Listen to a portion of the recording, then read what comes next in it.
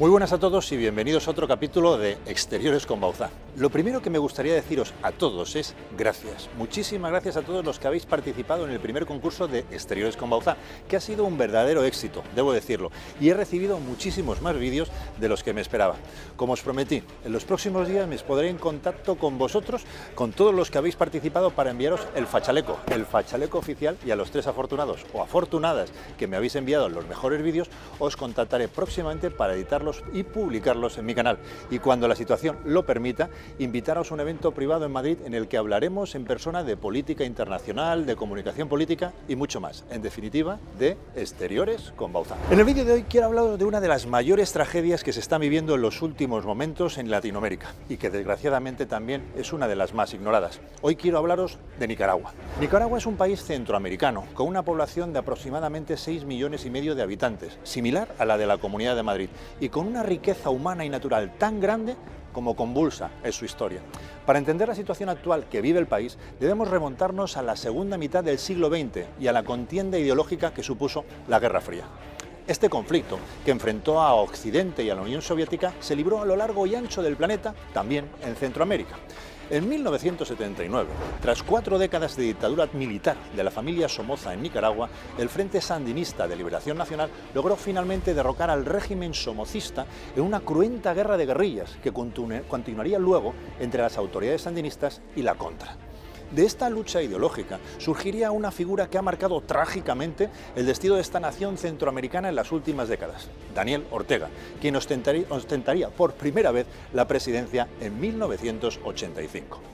La victoria de Violeta Chamorro en las elecciones de 1990 supuso un paréntesis en el control sandinista de Nicaragua, pero tras 16 años en la oposición, Daniel Ortega regresó al poder en el año 2006, con la lección bien aprendida. Desde entonces, Ortega y su esposa, y a la vez vicepresidenta del año 2017, Rosario Murillo, han logrado someter todas las instituciones de Nicaragua a su control más absoluto. En el plano internacional, como buen vestigio de la Guerra Fría, Daniel Ortega ha cultivado unos vínculos regionales con los países del eje socialista, como la Cuba castrista, la Venezuela chavista y más allá, con la Rusia de Vladimir Putin o con la China de Xi Jinping. Como ya nos tienen acostumbrados estos dinosaurios del socialismo latinoamericano, la retórica trasnochada del antiimperialismo estadounidense y europeo es un clásico en sus discursos, cada vez que la comunidad internacional pone el foco sobre sus abusos a la democracia o bien a los derechos humanos.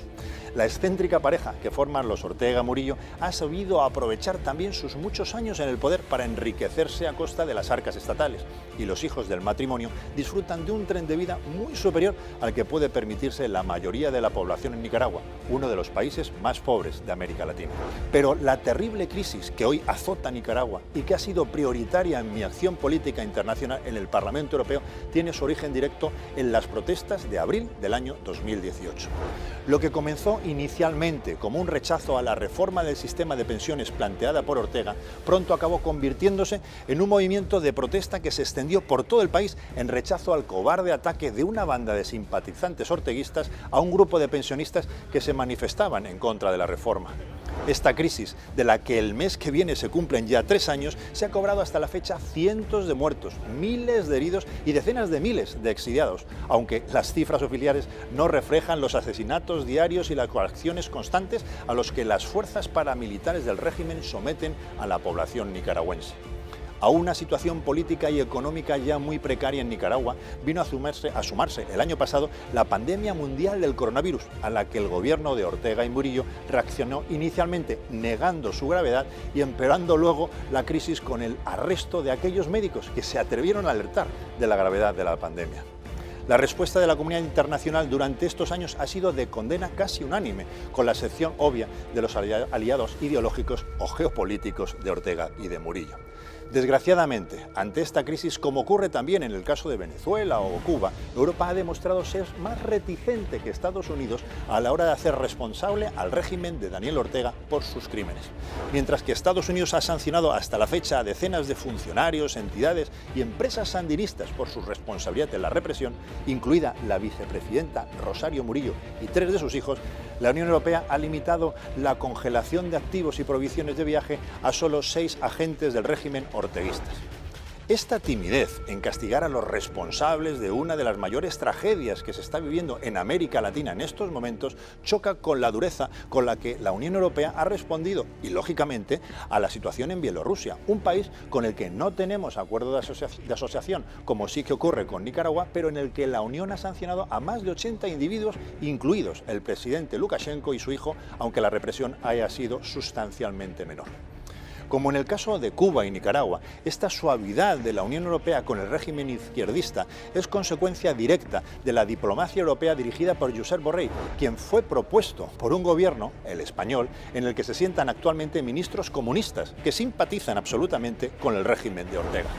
Pero el trabajo que no ha hecho el señor Borrell sí lo está haciendo esta casa, el Parlamento Europeo, que ha expresado en numerosas ocasiones su más firme condena al gobierno nicaragüense. La última vez en la resolución de octubre del año 2020 que yo personalmente propuse y lideré en esta Cámara. En Nicaragua debe haber un cambio democrático ya, y de lo contrario, si no lo hay, tiene que haber consecuencias. En este año 2021, Nicaragua se enfrenta a su reto más importante de los últimos 3 años, ya que el próximo 7 de noviembre tendrán lugar las primeras elecciones tras el inicio de la crisis y que podrían suponer el fin, definitivamente, del régimen sandinista por una vía pacífica y democrática. Ortega y Murillo son conscientes de que necesitan mantenerse en el poder si no quieren tener que enfrentarse a la justicia por los años de crímenes y saqueos al que han sometido al pueblo nicaragüense. Por ello, tienen un plan que llevan meses ejecutando y yo personalmente, como digo, denunciando.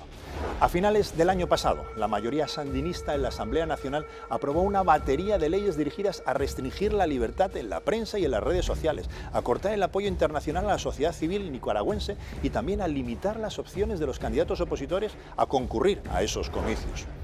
Ante este incremento de la represión, se han redoblado las exigencias internacionales al régimen sandinista para ponerles fin, la más reciente la semana pasada, por el propio Consejo de Derechos Humanos de las Naciones Unidas. Ortega, a quien las acciones comienzan a hacerle daño ya, ha expresado su voluntad de negociar, pero este ofrecimiento encierra una trampa en la que la comunidad internacional no puede ni debe caer. Y es que el plan de Ortega ha consistido en acelerar la represión en los últimos meses con la intención de ceder luego en las leyes más controvertidas en un gesto de supuesta buena voluntad hacia la comunidad internacional, pero distrayéndola de lo realmente importante, la reforma electoral.